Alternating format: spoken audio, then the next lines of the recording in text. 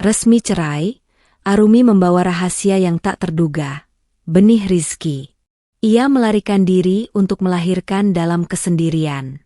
Assalamualaikum warahmatullahi wabarakatuh. Kalian dari mana aja nih? Absen yuk, jangan lupa subscribe. Buat yang sudah subscribe, semoga selalu diberkahi kebaikan dan rezeki yang mengalir. Udara Jakarta malam itu terasa pekat, sama pekatnya dengan rasa sesak yang menekan rongga dadaku. Beberapa jam yang lalu, aku resmi menjadi seorang janda. Kata-kata, "Saya ceraikan kamu, Arumi," yang diucapkan Rizky di hadapan hakim terasa begitu dingin. Menghapus 7 tahun pernikahan kami seolah itu hanyalah coretan pensil yang mudah dihapus penghapus. Aku duduk di kursi penumpang taksi, bersandar pada kaca jendela yang dingin. Hijab pashmina berwarna coklat gelap membingkai wajahku yang terasa pucat dan lelah. Aku memejamkan mata, berharap saat kubuka, semua ini hanya mimpi buruk yang panjang. Namun, ketika tanganku menyentuh buku nikah yang kini berganti status, kenyataan itu menghantamku lagi, keras dan tanpa ampun. Kami bercerai karena kelelahan, karena perbedaan visi yang tak lagi bisa dijembatani, dan mungkin karena cinta yang perlahan menguap tanpa kami sadari. Tidak ada perselingkuhan dramatis atau pertengkaran hebat di pengadilan. Semuanya berjalan tenang, formal, dan ironisnya, sangat menyakitkan. Aku, Arumi, sekarang sendirian, kembali menjadi sebatang kara di usia 30 tahun. Aku bahkan sudah mengemas semua barang-barangku dari apartemen kami sebelum sidang dimulai, seakan ingin mempercepat perpisahan ini, atau mungkin, karena aku tahu hatiku takkan sanggup melihat kepergiannya. Saat taksi melaju melewati gedung-gedung tinggi yang berkilauan, perutku terasa mual.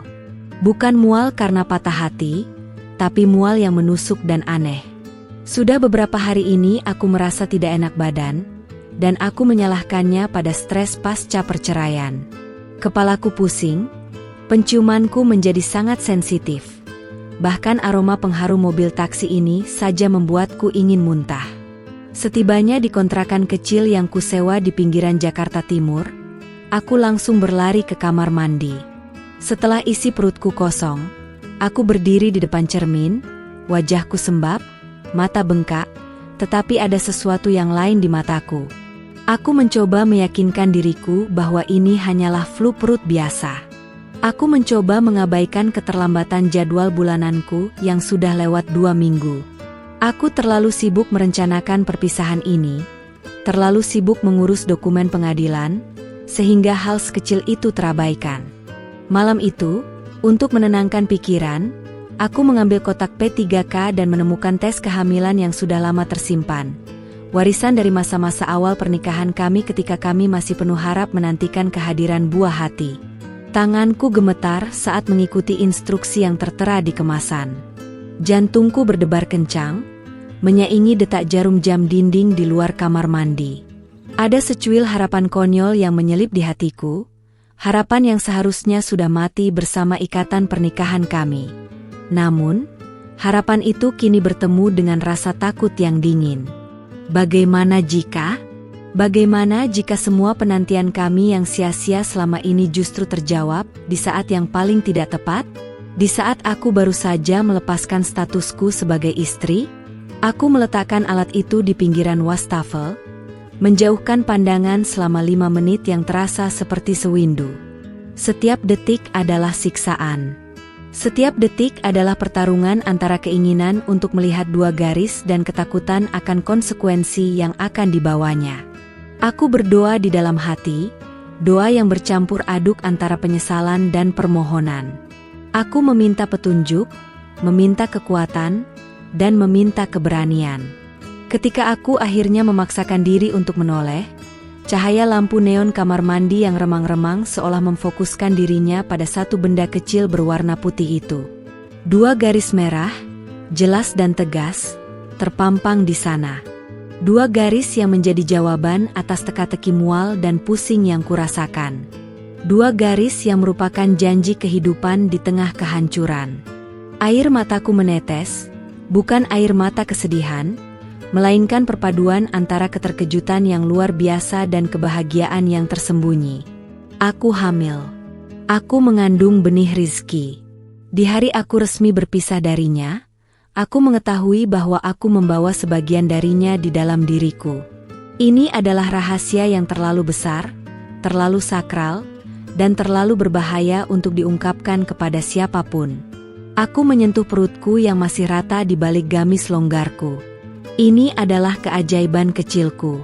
Ini adalah penawar luka hatiku. Jika Rizky tahu, ia mungkin akan menuntut haknya atas anak ini, dan aku tidak siap berbagi. Aku tidak siap membiarkan anak ini tumbuh di tengah konflik dan kebencian sisa perceraian kami.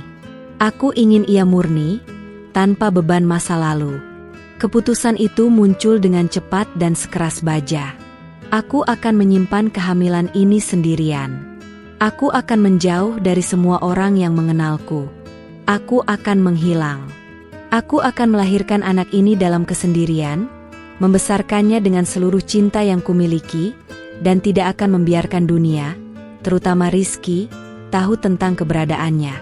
Malam itu, di kontrakan sepi itu, kehamilanku yang kusimpan dari dunia dimulai. Keesokan harinya, setelah keputusan bulat itu, aku mulai bergerak. Jakarta terlalu ramai, terlalu banyak kenangan, dan terlalu dekat dengan Rizky serta lingkaran pergaulan kami. Aku membutuhkan tempat di mana aku bisa menjadi anonim, tempat di mana hijabku tidak akan menarik perhatian yang tidak perlu, dan di mana orang akan menghormati privasi seorang wanita yang hidup sendiri. Pilihanku jatuh pada sebuah kota kecil di Jawa Barat, bukan Bandung yang terlalu ramai, tapi sebuah daerah perbukitan di sekitarnya yang masih kental dengan suasana pedesaan. Aku menjual perhiasan emas yang tersisa, hasil menabung dari gajiku sebelum menikah. Uang itu tidak banyak, tetapi cukup untuk modal awal dan sewa rumah selama beberapa bulan ke depan. Aku mencari informasi tentang kontrakan melalui internet, menghindari agen properti besar. Aku menemukan sebuah rumah kecil, agak tua, tetapi memiliki halaman belakang yang luas dan pagar tinggi yang menjanjikan isolasi yang kuinginkan. Lokasinya jauh dari jalan utama, tersembunyi di balik kebun-kebun teh dan deretan pohon pinus. Perjalanan ke sana terasa panjang. Aku naik bus antar kota, memilih tempat duduk di sudut, bersembunyi di balik jilbab lebarku. Aku membawa 2 koper besar, yang berisi semua hal yang kupikir aku butuhkan untuk memulai hidup baru. Pakaian, beberapa buku, dan perlengkapan salat. Setiap guncangan bus membuat perutku, yang masih sangat awal, terasa sensitif. Aku menahan mual, fokus pada pemandangan hijau yang mulai mendominasi jendela. Hijau selalu menenangkan, dan aku membutuhkan ketenangan lebih dari segalanya. Sesampainya di desa tujuan, aku harus menyewa ojek pangkalan untuk mengantarku ke alamat yang kucatat. Jalanan mulai berbatu dan menanjak, dihiasi kabut tipis di sore hari. Pemilik rumah, seorang ibu parubaya yang baik hati bernama Bu Haji, tidak banyak bertanya. Ia hanya tersenyum melihat penampilanku yang sopan dan pakaian tertutupku, dan sepertinya ia menyimpulkan bahwa aku adalah seorang guru atau pekerja kantoran yang mencari ketenangan. Aku membiarkannya berasumsi. Kunci rumah terasa dingin di tanganku, simbol dari kemandirian yang menakutkan sekaligus membebaskan. Rumah itu sederhana, terdiri dari 2 kamar tidur kecil, ruang tamu yang sempit, dan dapur di belakang. Semuanya berbau kayu tua dan kelembapan. Aku langsung menyalakan semua lampu, mencoba mengusir bayangan gelap yang bersembunyi di setiap sudut. Ini adalah benteng baruku, tempat persembunyianku. Malam pertama di rumah itu adalah yang paling sunyi yang pernah kurasakan. Tidak ada suara lalu lintas, tidak ada suara pintu apartemen yang dibanting Rizky, hanya suara jangkrik dan angin yang berdesir di antara pohon pinus. Aku membongkar koper, menggantung beberapa pakaian, dan menyiapkan tempat tidur yang sederhana. Rasa lelah fisik dan emosional membuatku hampir pingsan. Aku teringat pada Rizky. Aku membayangkan reaksinya jika ia tahu. Apakah ia akan marah? Sedih? Atau mungkin ia akan mencoba mengklaim anak ini hanya karena ego laki-lakinya? Aku tidak mau ambil risiko.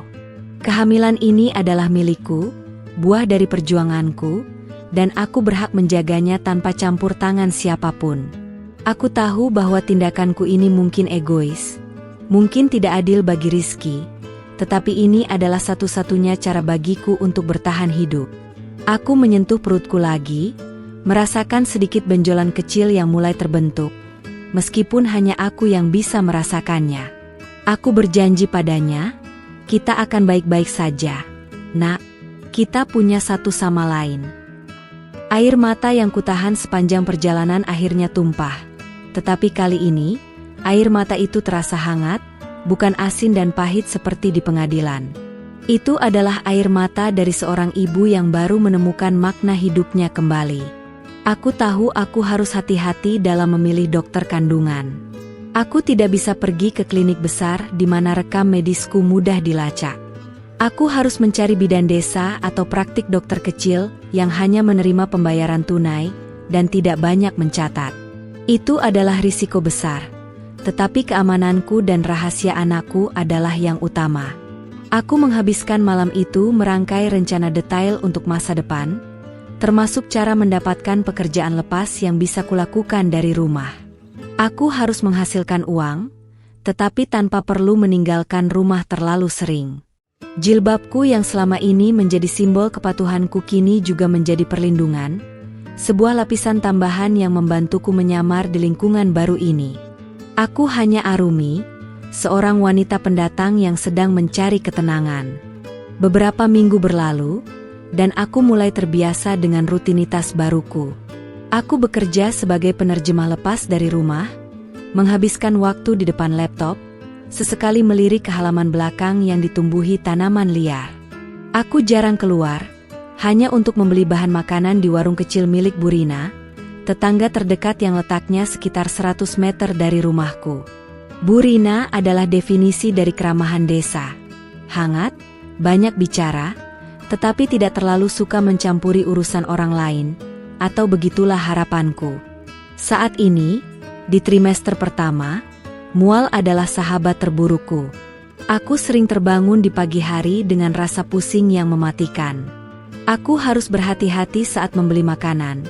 Aku selalu memastikan tidak membeli susu hamil atau vitamin prenatal di warung Burina. Aku mengendarai motor butut yang kubeli bekas untuk pergi ke pasar yang lebih jauh, di mana aku bisa membeli kebutuhan khusus tanpa menarik perhatian. Aku bahkan sengaja membeli beberapa kantong vitamin C dosis tinggi, pura-pura sering sakit untuk menjelaskan mengapa aku terlihat pucat. Pagi itu, aku sedang menyiram tanaman di halaman depan, mengenakan gamis longgar berwarna gelap. Tiba-tiba, Burina muncul dari balik pagar bambu, membawa sepiring besar kue apem. Arumi, mau sedikit apem? Baru matang. Sapanya ramah, senyumnya menampilkan deretan gigi yang sedikit menguning. Aku memaksakan senyum dan menerima piring itu dengan hati-hati. Masya Allah, Burina, terima kasih banyak. Repot-repot, kataku, mencoba terdengar ceria. Aroma apem yang manis itu, ironisnya, membuat perutku memberontak. Aku harus menahan napas. Tidak repot. Saya cuma lihat kamu selalu di rumah. Sehat, Nak? Tanyanya, matanya yang tajam menelisik wajahku. Aku tahu, matanya mencari sesuatu. Alhamdulillah sehat, Bu. Hanya sedang fokus menyelesaikan proyek besar dari Jakarta. Pekerjaan ini menuntut saya untuk istirahat total dari dunia luar. Jawabku cepat, sebuah kebohongan yang sudah kuhafal. Oh, begitu ya? Kirain kenapa? Soalnya Bu, kamu kelihatan agak kurusan. Atau malah, berisi? Tidak tahulah, mata tua saya ini suka salah lihat. Katanya, diakhiri dengan tawa renyah. Kata, berisi, itu membuatku menegang. Apakah Burina sudah mulai curiga? Aku tertawa renyah, tawa yang kupaksakan. Mungkin karena kurang tidur, Bu. Seharian di depan layar. Tapi terima kasih sudah perhatian. Aku mencoba mengalihkan pembicaraan, bertanya tentang tanaman jahe merah yang tumbuh di pekarangannya. Setelah Bu Rina pergi, aku buru-buru masuk dan muntah. Ketakutan itu menjalar. Lingkungan desa yang tenang ini ternyata tidak semudah itu untuk disembunyikan. Orang-orang di sini terbiasa memperhatikan detail. Tubuhku sudah mulai mengkhianatiku. Aku segera pergi ke lemari, mencari pakaian yang lebih longgar. Aku hanya akan mengenakan gamis-gamis berwarna gelap dan abaya yang tebal. Aku harus menjadi lebih tertutup, tidak hanya dalam pakaian, tetapi juga dalam sikap. Aku harus menciptakan batas yang jelas antara diriku dan orang lain. Aku mulai jarang membuka tirai jendela, membiarkan rumahku menjadi sedikit gelap, asalkan rahasia ini tetap aman. Sore harinya, aku duduk di sofa sambil mengusap perut. Aku merasa bersalah karena harus berbohong kepada Bu Rina yang tulus. Tetapi, keselamatan anak ini adalah prioritasku. Aku tidak akan membiarkan siapapun, bahkan tetangga terdekat, mengetahui bahwa aku sedang mengandung. Aku adalah seorang istri yang baru bercerai. Jika rahasia ini terbongkar, yang akan kudengar hanyalah bisikan, fitnah, dan pertanyaan yang menyakitkan. Malam harinya, aku menelusuri internet, mencari resep ramuan herbal untuk mengatasi mual, dan mencari tips persalinan di rumah dalam kondisi darurat. Aku tahu ini gila, tetapi aku harus siap. Aku tidak bisa bergantung pada rumah sakit lokal yang mungkin mengenal Bu Rina atau orang lain. Aku akan melahirkan anak ini sendiri, di dalam bentengku yang sunyi ini. Rasa takutku besar, tetapi cinta seorang ibu yang baru tumbuh jauh lebih besar dan lebih kuat. Ketenangan yang susah payah ku bangun di desa ini, akhirnya terusik pada suatu malam yang gerimis. Ponsel lamaku, yang jarang sekali berdering, tiba-tiba memancarkan cahaya pemberitahuan dari nomor tak dikenal. Jantungku berdebar tak karuan, firasat buruk langsung menyergap. Biasanya, aku akan mengabaikan nomor asing, tetapi entah mengapa, kali ini tanganku otomatis meraih ponsel itu.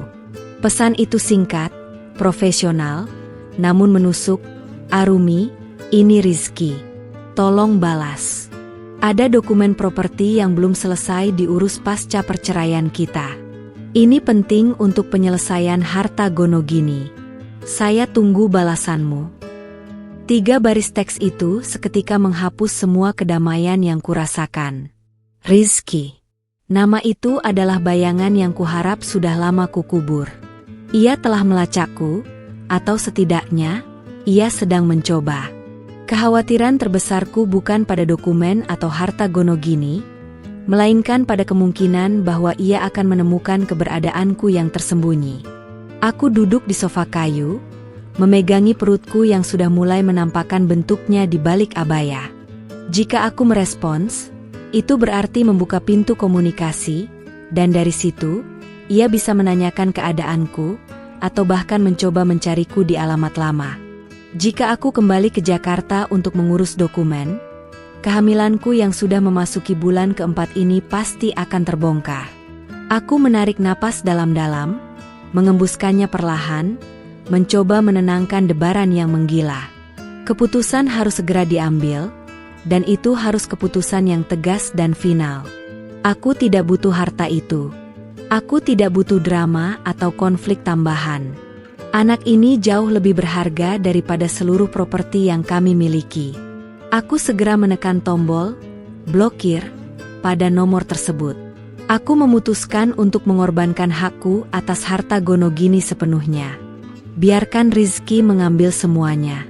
Materi bisa dicari, tetapi ketenangan dan rahasia anakku tidak ternilai harganya.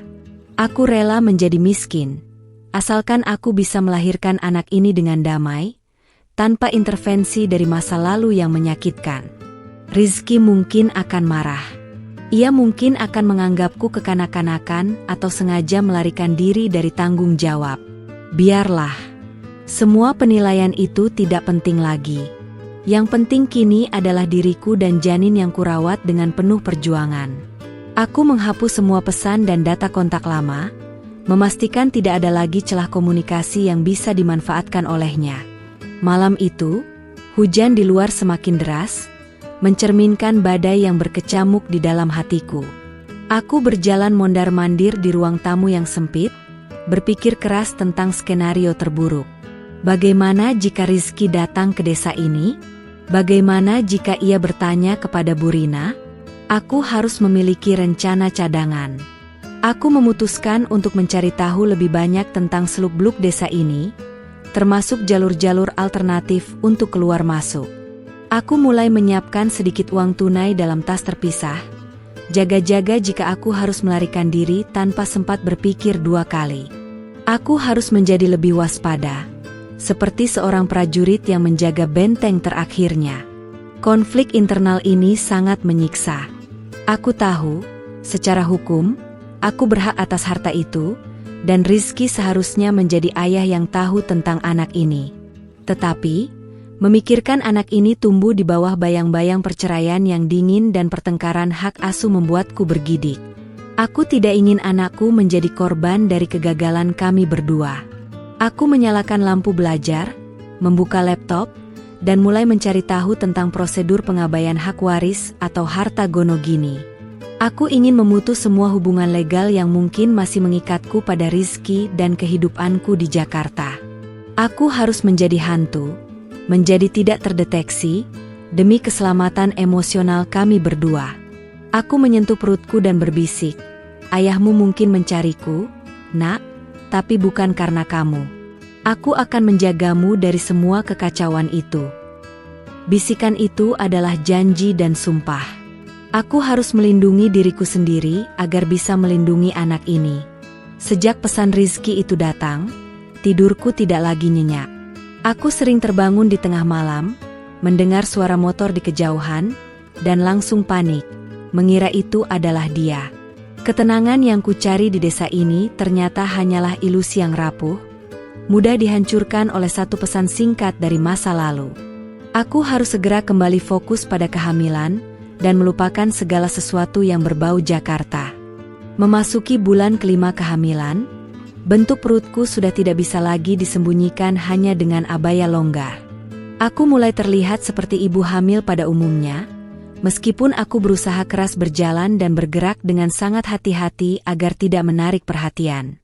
Aku merasa lebih lemas, tetapi sekaligus lebih terisi, bukan hanya secara fisik, melainkan juga secara batin. Pada suatu malam yang dingin, setelah menyelesaikan salat Isya, aku duduk bersila di atas sajadah. Aku sedang membaca Al-Quran, mencoba menenangkan pikiranku dari bayangan Rizky yang masih sesekali muncul. Aku sedang merenungkan ayat-ayat tentang kesabaran dan janji Tuhan. Tiba-tiba, sebuah sensasi aneh menjalar dari dalam perutku. Rasanya seperti gelembung udara yang meletus, atau kupu-kupu yang mengepakkan sayapnya. Itu bukan rasa sakit, melainkan getaran halus, namun nyata. Aku menghentikan bacaanku, meletakkan Al-Quran di pangkuanku, dan menahan napas. Aku tahu persis apa ini. Ini adalah tendangan pertama anakku. Air mata yang tidak kutangisi sejak sidang perceraian kini, tumpah tanpa bisa dicegah. Itu adalah air mata kebahagiaan murni, keajaiban yang terjadi di tengah kesunyian dan kesepianku. Aku segera mengusap perutku, seolah ingin meyakinkan diri bahwa sensasi itu benar-benar ada. "Masya Allah, Nak, kamu sudah mulai bergerak," bisikku, suaraku tercekat. Tendangan itu terasa seperti balasan, sebuah konfirmasi dari janin bahwa ia mendengar bisikan dan doaku selama ini. Anak ini nyata. Ia hidup, ia kuat, dan ia ada di sini bersamaku. Aku kembali merasakan tendangan itu, lebih kuat dari sebelumnya, seakan ia sedang merayakan eksistensinya. Momen itu adalah penebusan. Selama ini, aku hanya merasakan mual, pusing, dan rasa takut. Sekarang, aku merasakan cinta yang tak terbatas dan harapan yang baru. Tidak ada yang bisa mengambil momen ini dariku. Tidak ada yang pernah tahu betapa berharganya getaran kecil ini bagiku. Aku bersandar pada dinding kamar, memeluk perutku erat-erat. Aku membayangkan wajahnya, jari-jari kecilnya, dan bagaimana ia akan tertawa suatu hari nanti. Kehadirannya adalah alasan terkuat bagiku untuk terus berjuang. Aku merasa seperti seorang ibu yang sebenarnya, bukan hanya seorang mantan istri yang terluka. Selama ini, aku merasa seolah aku melangkah di kegelapan, tetapi tendangan ini adalah cahaya. Itu adalah mercusuar yang menunjukkan bahwa aku berada di jalur yang benar. Aku tidak egois. Aku hanya melindungi keajaiban ini. Jika Rizky tahu, ia akan meributkan hak asuh. Dan aku tidak ingin anakku tumbuh dengan pertanyaan tentang siapa yang lebih berhak atas dirinya. Aku menghabiskan sisa malam itu dalam keadaan setengah sadar, terus-menerus mengusap perut, menanti tendangan berikutnya. Setiap gerakan adalah dialog rahasia antara ibu dan anak. Aku berbicara kepadanya, menceritakan tentang keindahan desa ini, tentang pohon-pohon pinus di luar, dan tentang cinta tak bersyarat yang menantinya. Aku tahu, aku harus lebih berhati-hati dalam menjaga kesehatanku. Aku tidak boleh sakit. Aku tidak boleh jatuh. Aku harus kuat untuk dua jiwa ini. Tendangan itu memberiku kekuatan fisik dan mental yang baru. Aku merasa seperti diisi ulang oleh energi murni. Aku menyadari, ini adalah cinta pertamaku yang sesungguhnya. Cinta yang lahir dari kesendirian, tetapi tumbuh subur dalam keikhlasan. Perpisahan dengan Rizky adalah takdir yang menyakitkan, tetapi ia memberiku hadiah yang tak ternilai harganya. Aku bersyukur. Aku bersyukur atas kehancuran yang membuka jalan bagi keajaiban ini. Aku mengambil kembali Al-Quran dan melanjutkan bacaanku. Tetapi kini, setiap ayat terasa lebih dalam dan penuh makna. Aku tidak lagi merasa sendirian. Aku memiliki teman, seorang bidadari kecil yang sedang tumbuh, yang baru saja mengirimiku pesan cinta pertamanya. Malam itu, aku tidur nyenyak, dengan senyum di wajah, tangan memeluk keajaiban kecilku. Memasuki bulan ke-6, Bu Rina semakin sering berkunjung. Bukan hanya membawa makanan, tetapi juga membawa segudang pertanyaan yang terasa seperti tusukan jarum ke pertahanan rahasiaku.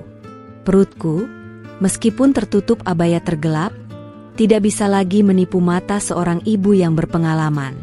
Pagi itu, Bu Rina datang dengan sup ayam kampung hangat. "Arumi, makan ini, ya. Wajahmu kok pucat sekali. Kamu yakin cuma proyek besar? Jangan-jangan kamu kerja keras sampai lupa diri, nak?" katanya, suaranya dipenuhi nada khawatir yang tulus. Aku tahu Bu Rina menyayangiku, dan itu membuatku merasa semakin bersalah karena harus membohonginya.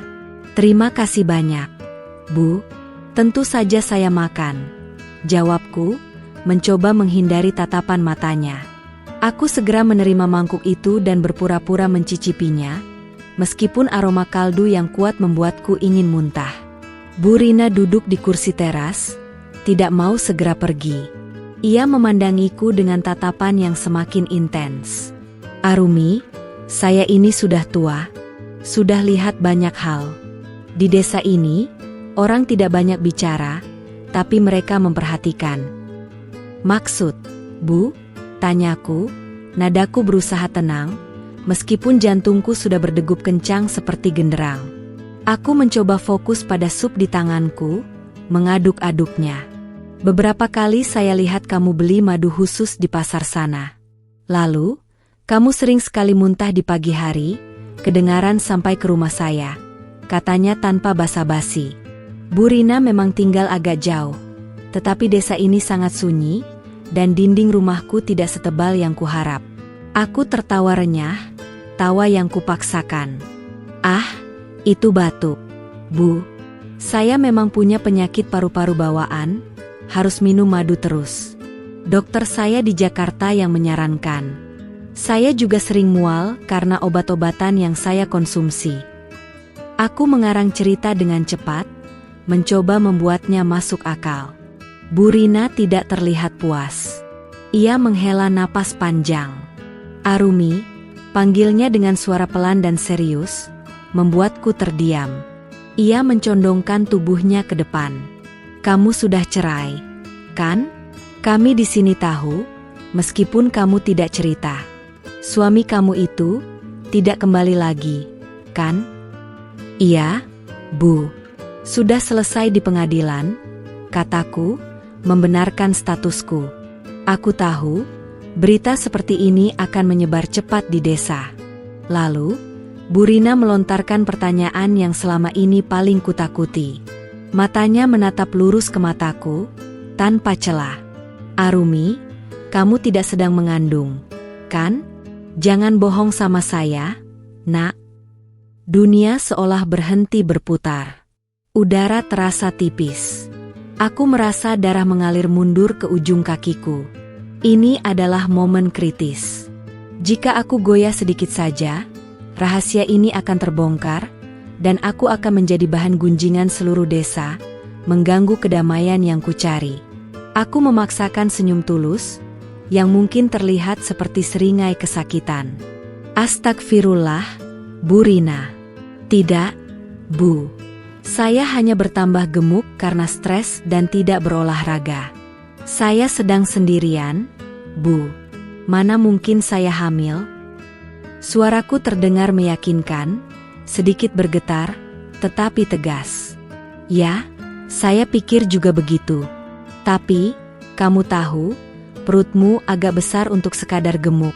Nak, kalaupun iya, jangan takut cerita sama saya. Saya janji akan jaga rahasia kamu. Bujuknya, suaranya sedikit melunak. Ia mencoba memancingku dengan kebaikan. Aku kembali menggeleng, dengan wajah pura-pura terkejut. Demi Allah, Bu, tidak. Kalaupun saya hamil, saya akan bilang. Tapi ini benar-benar tidak. Bu, mungkin karena saya banyak makan nasi dan sering tidur siang. Proyek ini benar-benar menguras tenaga. Aku berulang kali mengelak, memohon simpati dengan cerita tentang pekerjaan yang menyiksa. Setelah perdebatan emosional yang panjang, Bu Rina akhirnya menyerah, tetapi matanya masih menyimpan keraguan. Ia hanya berpesan agar aku menjaga diri baik-baik. Setelah ia pergi, aku langsung terduduk lemas. Aku segera ke kamar mandi dan muntah. Bukan karena mual, tetapi karena ketegangan yang luar biasa. Aku tahu, Bu Rina tidak sepenuhnya percaya. Pertahanan rahasiaku di desa ini semakin tipis, dan aku harus melakukan sesuatu yang lebih drastis. Ancaman dari Bu Rina di bab 6 membuatku sadar bahwa kebohongan saja tidak cukup. Aku harus menciptakan sebuah narasi yang kompleks dan konsisten. Sebuah sandiwara yang akan meyakinkan siapapun yang bertanya, termasuk diriku sendiri. Aku menyebutnya skenario kebohongan putih. Langkah pertama adalah membuat alat peraga. Aku tahu, aku tidak bisa membeli vitamin kehamilan di pasar lokal lagi. Jadi, aku membeli beberapa botol vitamin B kompleks dan asam folat umum. Lalu aku pindahkan isinya ke botol obat lama berlabel asing yang kubawa dari Jakarta. Ini akan menjadi obat penguat khusus yang diresepkan oleh dokter Jakarta. Aku mulai memalsukan panggilan telepon. Setiap sore, aku akan pergi ke teras belakang, di mana tidak ada yang bisa mendengarkan dengan jelas, dan mulai berbicara dengan suara pelan, seolah sedang menelepon seseorang yang penting. Iya, Dok. Tekanan darah saya naik lagi hari ini. Apakah obatnya perlu diganti? Kataku dengan nada cemas yang kubuat-buat. Aku akan berbicara tentang hasil lab yang buruk dan rencana kemoterapi ringan untuk penyakit langka yang harus kujalani. Aku tahu, istilah medis yang rumit akan membuat Bu Rina dan tetangga lainnya enggan bertanya lebih lanjut. Aku sengaja menceritakan kisah sedih tentang kehilangan pekerjaan besar di Jakarta dan tekanan hidup yang membuatku harus pindah ke desa ini. Aku menekankan betapa stresnya aku, dan bagaimana semua ini menyebabkan kenaikan berat badan yang tidak normal. Aku bahkan membeli beberapa kantong keripik kentang dan membiarkan bungkusnya terlihat di tempat sampah, untuk memberi kesan bahwa aku makan banyak karena depresi. Aku bahkan mulai bertingkah seolah-olah aku sedang berjuang melawan penyakit. Aku sengaja batuk-batuk keras saat Bu Rina berada di sekitar rumahku, Dan seringkali aku menyalakan penghangat ruangan meskipun cuaca tidak terlalu dingin, untuk mengesankan bahwa aku memiliki kondisi kesehatan yang rapuh. Ini adalah pengorbanan emosional yang besar. Peran sebagai wanita sakit dan tertekan ini melelahkan. Aku harus selalu ingat kapan aku harus batuk, kapan aku harus terlihat pucat, dan kapan aku harus berpura-pura pusing. Tetapi, kebohongan ini adalah pertahananku. Aku harus menjadi aktris yang meyakinkan demi melindungi Safira. Aku juga mulai mengubah penampilanku. Aku membeli masker penutup wajah, dengan alasan polusi udara di desa yang dingin. Dengan masker itu, wajahku yang bengkak dan pucat bisa tertutupi, dan orang lain tidak bisa membaca ekspresiku. Aku juga semakin sering mengenakan cadar yang lebih tebal dan berwarna hitam, menciptakan kesan misterius yang kuharap bisa membuat orang menjauh. Aku sadar betul bahwa aku sedang menciptakan jarak sosial yang besar antara diriku dan orang-orang di sekitarku. Aku merasa sangat kesepian, lebih dari sebelumnya. Aku tidak bisa berbagi kebahagiaan tentang tendangan pertama, tentang nama yang kupilih, atau tentang betapa indahnya perjalanan ini. Semua harus kusimpan rapat-rapat, dikunci di dalam hati yang sunyi. Aku hanya bisa berbicara dengan anakku di malam hari, di dalam kamar yang gelap. Aku menceritakan semua kebohongan yang harus kulakukan, meminta maaf padanya karena ia harus lahir di tengah drama yang kubuat sendiri. Aku berharap ia bisa mengerti bahwa semua ini adalah demi kebaikannya, demi memastikan ia lahir tanpa beban masa lalu. Aku tahu, suatu hari nanti, semua sandiwara ini akan berakhir. Tapi, untuk saat ini, kebohongan putih ini adalah benteng terbaikku. Aku harus terus berakting, terus berjuang, hingga hari di mana aku bisa memegang Safira di tanganku, dan kebenaran tidak lagi menjadi ancaman. Memasuki bulan ke-7, kebutuhan untuk mengetahui kondisi bayi secara medis menjadi tak terhindarkan. Aku tidak bisa terus-menerus mengandalkan asumsi dan insting. Aku harus melakukan USG. Aku memilih kota yang paling jauh yang bisa kucapai dengan motor bututku, sebuah perjalanan 2 jam menembus perbukitan, memastikan tidak ada kemungkinan aku berpapasan dengan kenalan dari desa. Aku memilih sebuah klinik kecil, tidak mencolok, dan memastikan aku datang tepat saat jam makan siang ketika klinik itu sedang sepi. Aku mengenakan abaya terlebar dan topi lebar, mencoba menyamarkan wajahku. Di ruang pendaftaran, aku memberikan identitas palsu dan menyatakan bahwa aku hanya membayar tunai. Aku mengatakan bahwa suamiku sedang bertugas di luar negeri, sebuah kebohongan yang sudah kubayangkan ribuan kali. Saat aku berbaring di meja periksa yang dingin, rasa cemasku memudar, digantikan oleh rasa penasaran dan haru. Dokter muda yang menangani terlihat profesional, tetapi tatapannya penuh pertanyaan ketika melihatku datang sendirian di usia kehamilan yang sudah tua. "Ibu, suaminya tidak ikut?" tanyanya sambil mengoleskan gel dingin di perutku. "Tidak, Dok. Beliau sedang tugas di luar negeri, di daerah terpencil. Jaringannya susah," jawabku, suaraku terdengar kaku. Aku mencoba tersenyum, tetapi senyumku terasa dingin dan palsu. Dokter itu mengangguk singkat, lalu ia mulai menggerakkan alat USG. Tiba-tiba, layar di depanku dipenuhi oleh sosok kecil yang bergerak-gerak. Aku menahan napas. Ini dia, anakku. Bentuknya sudah sempurna, dengan kepala kecil, tulang belakang yang jelas, dan tangan mungil yang seringkali menutupi wajah. Dokter mulai menjelaskan, suaranya seperti bisikan di tengah keajaiban yang kulihat. Ia menunjukkan jantung yang berdetak kuat, jari-jari kaki yang bergerak, dan yang paling membuatku terkejut, ia memberitahu jenis kelaminnya. "Selamat, Bu. Ini bayi perempuan. Sehat dan aktif sekali." Air mata kembali membasahi pelipisku.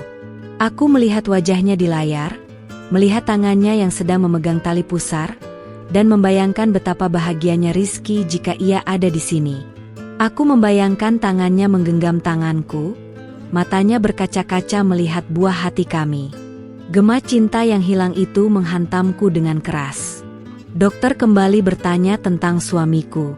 Anaknya mirip bapaknya, Bu. Hidungnya mancung.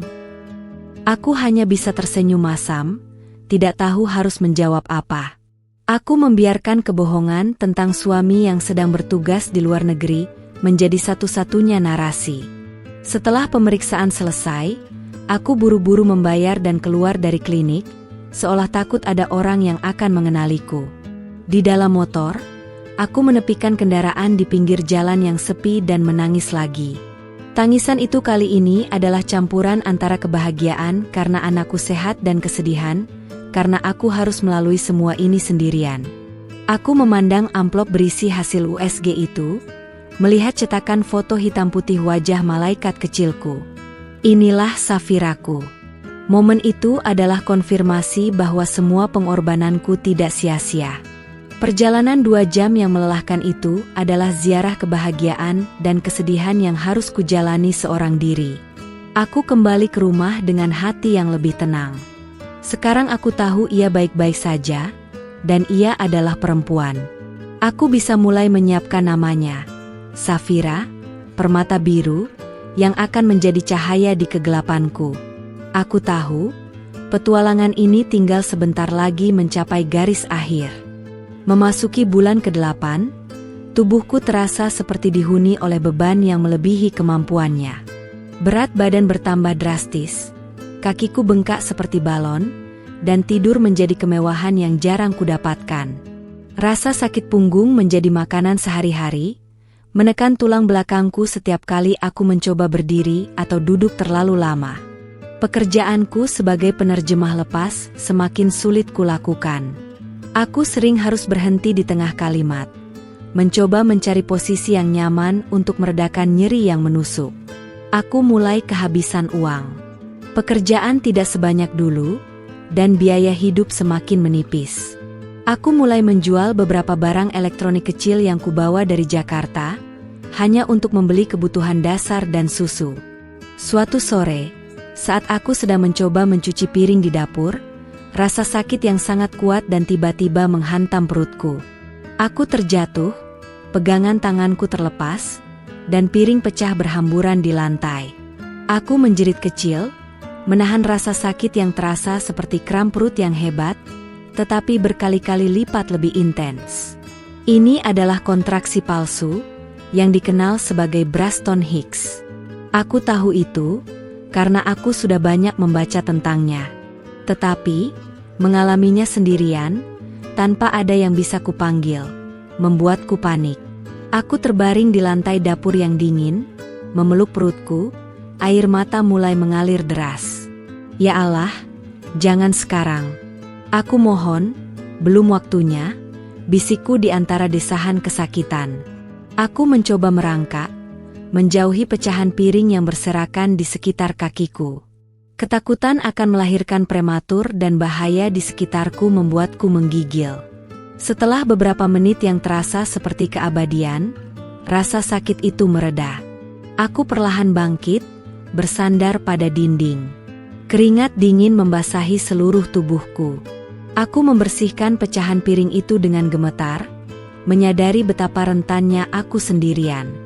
Jika aku pingsan, tidak akan ada yang tahu. Kontraksi palsu itu adalah peringatan dini yang brutal. Aku harus mempersiapkan segalanya dengan lebih serius. Aku mulai menyusun tas bersalin darurat. Aku membeli handuk bersih, kain kasa, sarung tangan steril, yang kubeli online dari kota besar, dan gunting yang sudah kusediakan untuk memotong tali pusar. Meskipun aku tahu ini sangat berisiko, aku tidak punya pilihan. Aku juga menyiapkan kamar kecil di belakang, menjadikannya ruang persalinan darurat. Aku melapisi lantai dengan terpal plastik dan menumpuk bantal di sudut. Aku mulai mempraktikkan teknik pernapasan yang kulihat di YouTube. Menghitung setiap napas, mencoba mengatur ritme agar aku tidak panik saat waktu yang sesungguhnya tiba. Aku merasa semakin terisolasi. Rasa sakit fisik ini hanya memperburuk kesepian emosional. Aku merindukan sentuhan, merindukan pelukan, merindukan seseorang yang bisa mengatakan, "Kamu akan baik-baik saja, aku di sini." Tetapi tidak ada. Hanya ada aku, Safira, dan dinding-dinding rumah tua yang sunyi ini. Malam itu, setelah menenangkan diri, aku duduk di samping tas bersalin yang sudah siap. Aku menyentuh perutku dan berkata pada Safira, "Kita sudah melalui banyak hal, sayang. Kita akan melalui ini juga. Jangan khawatir, ibu akan kuat." Peringatan dini itu justru menguatkan tekadku. Aku harus bertahan, demi kami berdua. Setelah melewati kontraksi palsu yang menyakitkan, aku merasa perlu meninggalkan sesuatu yang nyata, sebuah warisan emosional, seandainya skenario terburuk terjadi saat persalinan nanti. Aku mengambil selembar kertas lusuh, pena, dan mulai menulis. Surat ini ditujukan untuk Safira. Aku menyalakan lilin, membiarkan cahaya kuningnya menciptakan suasana damai di kamar, dan mulai menulis. Tangan yang gemetar itu kini menjadi stabil, dipandu oleh rasa cinta yang tak terbatas. Aku mencurahkan semua yang tidak bisa kubicarakan kepada siapapun. Aku menulis tentang cinta yang tak terduga, tentang bagaimana kehadirannya telah menyembuhkan luka perceraianku. Aku menceritakan tentang Rizky, ayahnya, tetapi aku menulisnya sebagai seorang pria yang baik, yang mencintaiku, tetapi harus berpisah karena takdir yang kejam. Aku ingin Safira tahu bahwa ia bukan anak dari kebencian, melainkan dari cinta yang gagal bertahan. Nak, ibu memilih untuk menyembunyikanmu. Bukan karena ibu malu, melainkan karena ibu ingin kamu tumbuh tanpa beban masa lalu kami. Kutulis dengan air mata yang menetes, membasahi beberapa kata. Ibu ingin kamu murni, nak, tanpa konflik dan tanpa harus memilih pihak. Kamu adalah benteng ibu, kamu adalah cahaya ibu. Aku menceritakan semua pengorbanan yang kulakukan, mulai dari meninggalkan Jakarta, hidup dalam kesendirian, hingga membangun skenario kebohongan putih yang harus kugunakan untuk melindungi kami. Aku meminta maaf padanya karena ia harus lahir di lingkungan yang terisolasi, tanpa kakek, nenek, atau ayah yang mendampingi. Aku berjanji padanya bahwa aku akan menjadi ibu yang sempurna, ibu yang kuat, dan aku akan memberikan semua cinta yang kumiliki. Aku menceritakan tentang nama Safira, yang berarti permata biru, dan bagaimana ia adalah permata paling berharga dalam hidupku. Surat itu adalah pengakuan, curahan hati, dan doa panjang yang kubungkus dalam kata-kata. Aku menulis sampai pena itu kehabisan tinta, mengisi lembar demi lembar dengan harapan dan penyesalan. Aku menceritakan tentang Burina, tentang kebaikan kecilnya, dan bagaimana aku harus berbohong kepadanya. Aku ingin Safira tahu semua orang yang ada di sekitar kami, dan betapa besarnya perjuangan kami berdua. Setelah selesai, aku membaca ulang surat itu, setiap kata terasa seperti detak jantungku sendiri. Ini adalah warisan terpenting yang bisa kuberikan padanya, sebuah peta emosional menuju hatiku. Jika aku tidak selamat, surat ini akan menjelaskan segalanya. Aku melipat surat itu dengan rapi, memasukkannya ke dalam sebuah kotak kayu kecil berukiran bunga, dan menguncinya. Kunci kotak itu kugantungkan di rantai yang kupakai di leherku, dekat dengan jantung. Kotak ini adalah peti rahasia kami, yang hanya akan dibuka ketika Safira sudah cukup besar untuk memahami kompleksitas kisah kami. Momen penulisan surat itu adalah momen terintim yang kurasakan selama kehamilan. Aku telah membuka jiwaku sepenuhnya, menerima takdirku, dan menyerahkan masa depanku kepada Tuhan. Setelah ini, aku merasa jauh lebih ringan. Aku siap.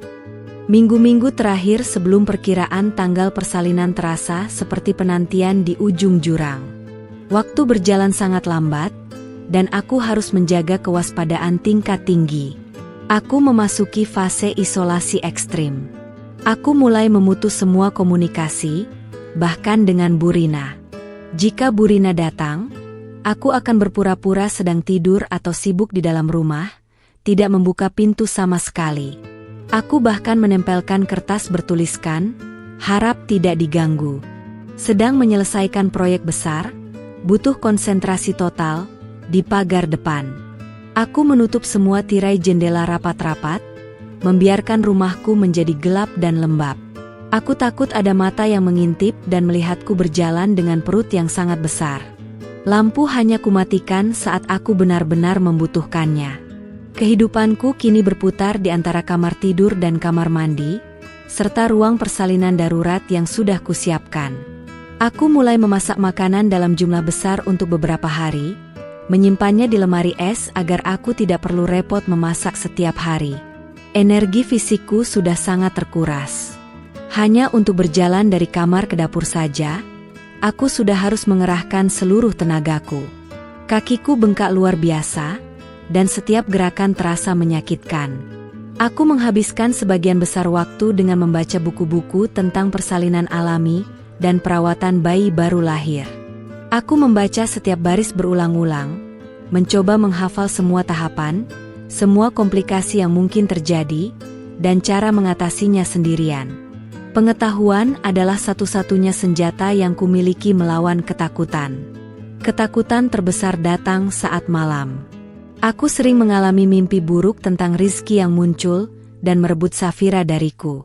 Aku terbangun dengan keringat dingin, jantung berdebar, dan harus menyentuh perutku untuk memastikan Safira masih di sana, aman. Rasa paranoia ini sangat melelahkan. Aku merasa sangat terpisah dari dunia luar. Suara motor di jalanan terasa asing, tawa anak-anak di kejauhan terdengar seperti gema dari planet lain. Aku adalah Arumi, si penyendiri yang berhijab tebal, yang kini menghitung hari di dalam bentengnya. Rasa kesepian ini kadang-kadang terasa begitu mencekik. Aku merindukan obrolan ringan, merindukan pelukan, merindukan seseorang yang bisa berbagi rasa takutku. Aku hanya bisa menangis diam-diam di malam hari, meratap kepada Tuhan agar memberiku kekuatan untuk melewati masa-masa terakhir ini. Aku mulai berbicara kepada Safira secara terus-menerus. Aku menceritakan kepadanya tentang betapa luar biasanya ia, dan betapa kuatnya ia. Aku memintanya untuk bersabar, untuk menunggu sebentar lagi, sampai semuanya aman. Dialog sepihak ini adalah satu-satunya interaksi sosial yang kumiliki. Aku tahu, fase isolasi ini tidak sehat secara mental. Tetapi, aku harus menjalaninya. Ini adalah harga yang harus kubayar untuk rahasia ini. Aku melihat tanggal di kalender, menghitung mundur. Tinggal beberapa hari lagi. Aku harus kuat. Aku harus fokus. Aku mempraktikkan pernapasan lagi, memejamkan mata, dan membayangkan momen ketika tangisan pertama Safira akan membelah kesunyian rumah ini. Momen itu adalah janji kebebasan. Momen itu adalah tujuan akhir dari semua pengorbananku. Aku terus berdoa, memohon perlindungan, dan memohon kelancaran. Tepat pukul 2 dini hari. Malam itu sangat dingin. Aku terbangun dari tidurku yang gelisah, karena merasa kasurku basah. Aku langsung tahu, air ketubanku pecah. Bukan hanya rembesan, tetapi seperti ledakan air yang tiba-tiba. Jantungku berdebar kencang. Firasat bercampur dengan rasa panik. Sudah waktunya, bisikku pada diriku sendiri. Aku mencoba bangkit, tetapi kakiku terasa lumpuh karena terkejut. Aku harus tenang. Aku tidak boleh panik. Aku bergegas ke kamar mandi. Saat aku berdiri, kontraksi pertama menghantam. Itu adalah rasa sakit yang belum pernah kurasakan, jauh lebih kuat daripada Braston Hicks. Rasanya seperti perutku diremas-remas dengan tenaga raksasa. Aku harus berpegangan pada kusen pintu, menggigit bibirku agar tidak menjerit. Aku buru-buru menyalakan lilin di kamar kecil yang sudah kusiapkan, mematikan lampu neon. Aku takut cahaya lampu yang menyala di tengah malam akan menarik perhatian Bu Rina. Cahaya lilin yang redup menciptakan bayangan-bayangan menari di dinding, menambah suasana dramatis dan mencekam. Aku memeluk baskom yang sudah kusiapkan, menumpahkan isi perutku karena rasa sakit yang luar biasa. Aku mencoba mengingat semua teknik pernapasan yang sudah kuhafal dari video, tetapi rasa sakit itu begitu kuat sehingga semua teori seolah lenyap dari kepalaku. Aku hanya bisa mendesah dan merintih pelan. Kontraksi datang bergelombang, dengan interval yang semakin pendek. Aku melihat jam di dinding. Hanya berselang 10 menit. Aku tahu ini akan berjalan cepat. Aku membaringkan diriku di atas terpal plastik yang sudah kutata, mencoba mencari posisi yang paling nyaman. Aku merangkak ke samping dan mencoba menelepon satu-satunya nomor darurat yang kutulis. Bu Haji, pemilik rumah. Tanganku gemetar, dan aku tidak bisa menekan tombol dengan benar. Setelah beberapa kali mencoba, aku menyerah. Tidak, aku harus melakukannya sendiri. Aku tidak ingin ada orang yang tahu. Aku berdoa dalam hati, memanggil nama Tuhan berulang kali. Setiap doa adalah jeritan memohon kekuatan. Aku merasa sangat sendirian. Aku memejamkan mata, membayangkan wajah Rizky, mencoba mengambil sedikit kekuatannya untukku. Tetapi bayangan itu segera kuhapus. Aku tidak membutuhkan dia. Aku harus menjadi kuat untuk kami berdua. Aku mencoba fokus pada napas. Inhalasi, ekshalasi. Aku membayangkan ombak di lautan, datang dan pergi, dan mencoba mengendalikan tubuhku. Rasa sakit itu kini menyebar dari punggung hingga ke paha. Aku tahu aku sudah memasuki fase aktif persalinan. Aku mulai mengejan secara naluriah, didorong oleh dorongan yang tak tertahankan. Aku menjerit kecil, suaraku tertahan di balik bantal yang kugigit. Aku merasakan tekanan luar biasa di bagian bawah tubuhku. Ini adalah pertempuran hidup dan mati, dan aku adalah satu-satunya prajurit di medan perang ini. Aku tidak tahu berapa jam lagi yang tersisa. Waktu tidak berarti lagi. Yang ada hanya rasa sakit, kegelapan, dan janji kehidupan. Aku harus melahirkan Safira. Aku harus kuat. Kontraksi mencapai puncaknya. Rasa sakitnya begitu hebat, membuatku nyaris kehilangan kesadaran. Aku tidak lagi bisa mengendalikan suara. Aku menjerit, tetapi jeritan itu terdengar tertahan dan tertelan oleh keheningan malam dan dinding rumah tua. Aku merasa seperti tubuhku terkoyak. Aku meraba ke bawah, mencari bayi yang sedang berjuang keluar. Aku merasakan kepala kecilnya. Sensasi itu, meskipun menyakitkan, memberikan gelombang energi dan harapan baru. Aku tahu, aku hampir sampai. Aku harus mengejan sekali lagi. Aku mengumpulkan sisa-sisa tenaga, memusatkan semua kekuatanku pada dorongan terakhir. Aku memejamkan mata, memanggil nama Safira di dalam hati. Aku mendorong dengan sekuat tenaga, dan akhirnya, aku merasakan kelegaan yang luar biasa. Semua tekanan lenyap. Aku membuka mata. Di bawah cahaya lilin yang berkedip-kedip, aku melihatnya. Makhluk kecil, basah, dan rapuh itu sudah ada di antara kakiku. Aku segera meraihnya dengan tangan gemetar. Saat aku mengangkatnya ke dada, aku mendengar suara paling merdu yang pernah kudengar. Tangisan. Tangisan pertama Safira. Tangisan yang membelah kesunyian, mengumumkan kehidupan baru, dan menghapus semua penderitaan yang kurasakan. Tangisan itu adalah kemenangan, keajaiban, dan pengampunan atas semua kesendirianku.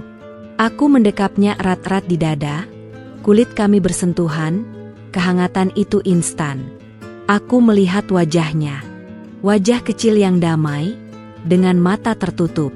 Ia adalah bayi perempuan yang sehat, dengan rambut hitam tipis dan bibir mungil. Aku tidak tahu harus berbuat apa selanjutnya. Aku harus memotong tali pusar. Aku meraih gunting yang sudah kusiapkan, disinfektan, dan benang. Tanganku masih gemetar, tetapi aku melakukannya dengan hati-hati. Aku memotongnya, dan ikatan fisik terakhir antara kami terputus. Aku membersihkan Safira dengan handuk bersih yang sudah kusiapkan, lalu aku membungkusnya dalam kain gendongan. Aku membersihkan darah dan kekacauan di sekitar kami, melakukan semua proses persalinan dengan insting, tanpa bantuan, tanpa arahan. Rasanya seperti seorang prajurit yang membersihkan medan perang setelah kemenangan. Aku terduduk lemas di lantai, bersandar pada dinding yang dingin, memeluk Safira erat-erat. Aku tidak merasakan sakit lagi. Semua rasa sakit digantikan oleh rasa bahagia dan kelegaan yang tak terlukiskan. Aku menatap wajahnya, mempelajari setiap lekukan, setiap detail. Ia adalah duniaku. Aku berbisik kepadanya, "Selamat datang, Safira. Kamu telah lahir. Kamu berhasil. Dan ibu juga berhasil." Aku menangis lagi, kali ini tangisan syukur yang tulus. Aku telah melahirkan dalam kesendirian, tetapi aku telah melahirkan dengan sukses. Fajar mulai menyingsing di luar, mengirimkan sinar oranye tipis melalui celah tirai. Aku melihat wajah Safira di bawah cahaya fajar itu. Ia adalah bukti bahwa cinta sejati dapat lahir dari kehancuran.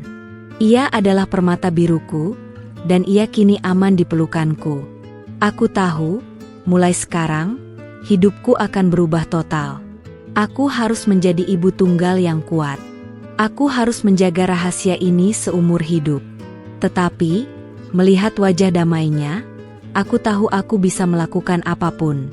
Cahaya fajar membanjiri kamar kecil itu, menyinari kami berdua, ibu dan anak, yang baru saja memenangkan pertempuran besar.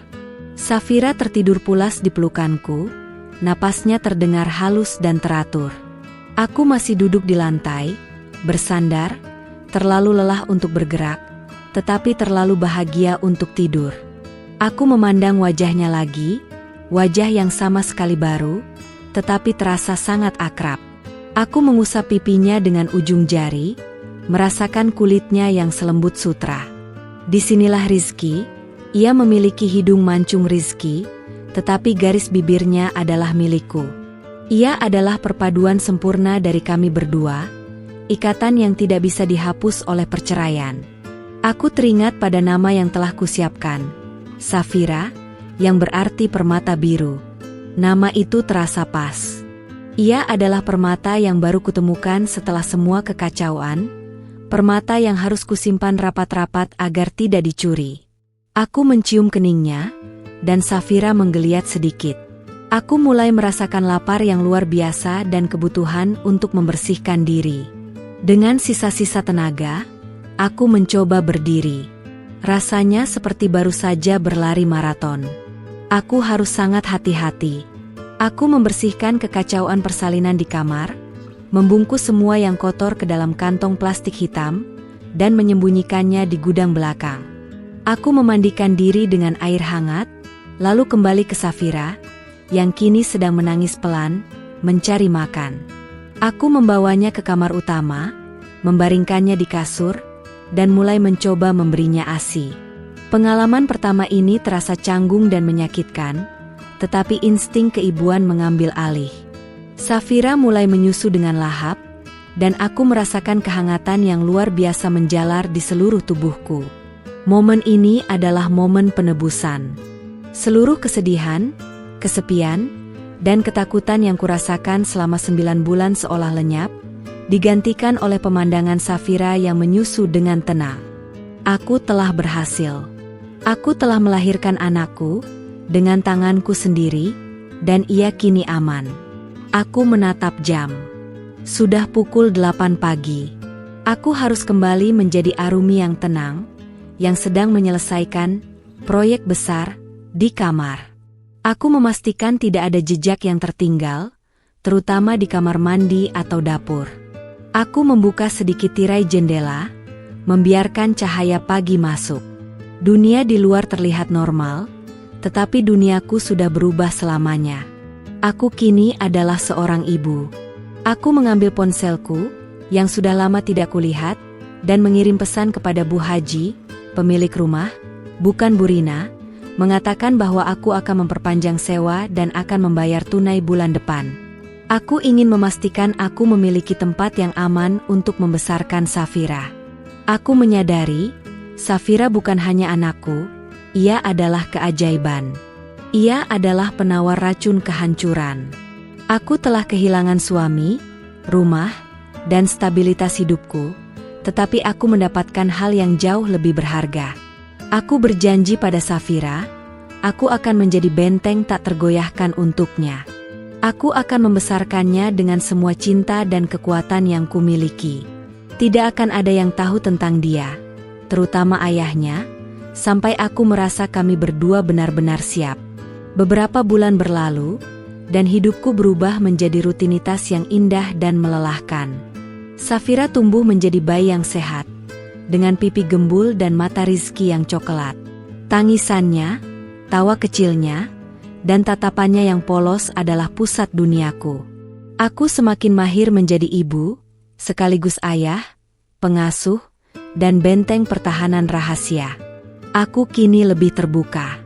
Aku sesekali membawa Safira berjalan-jalan di halaman belakang, mengenakan abaya yang bahkan lebih besar dari sebelumnya dan cadar tebal, untuk melindungi dirinya dari angin dingin dan dari mata yang ingin tahu.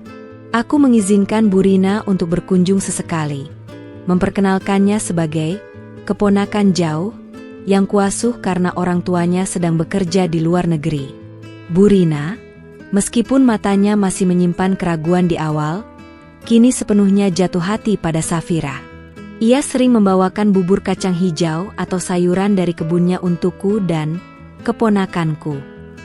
Aku merasa sedikit bersalah karena membiarkannya dalam kebohongan ini, tetapi melihat senyum Safira, aku tahu aku harus terus menjaganya.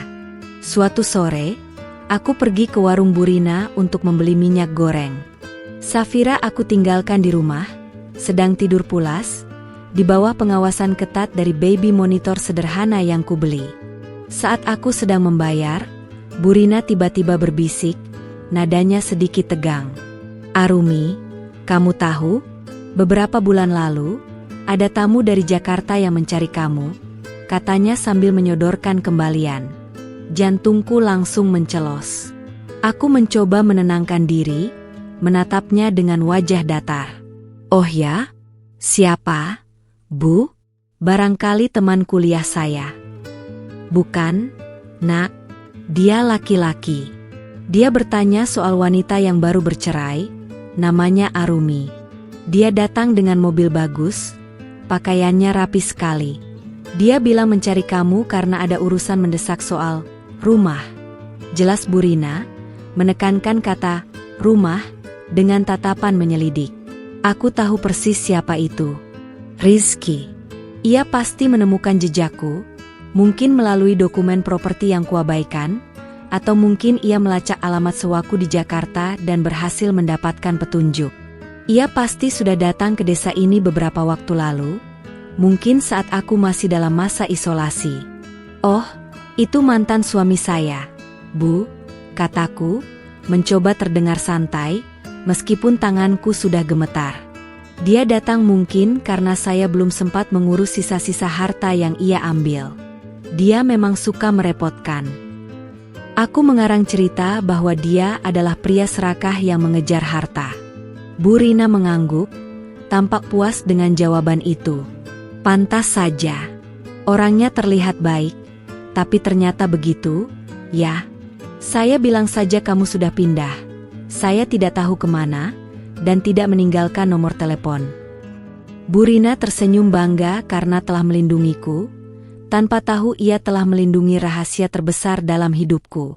Aku berterima kasih kepada Bu Rina, tetapi pikiranku sudah melayang jauh. Rizky sedang mencari. Ia sudah sampai di sini. Ia sudah berada di dekat Safira. Jarak antara masa lalu dan masa kini, antara rahasia dan kebenaran, kini semakin tipis. Aku buru-buru pulang, melaju kencang di jalanan berbatu.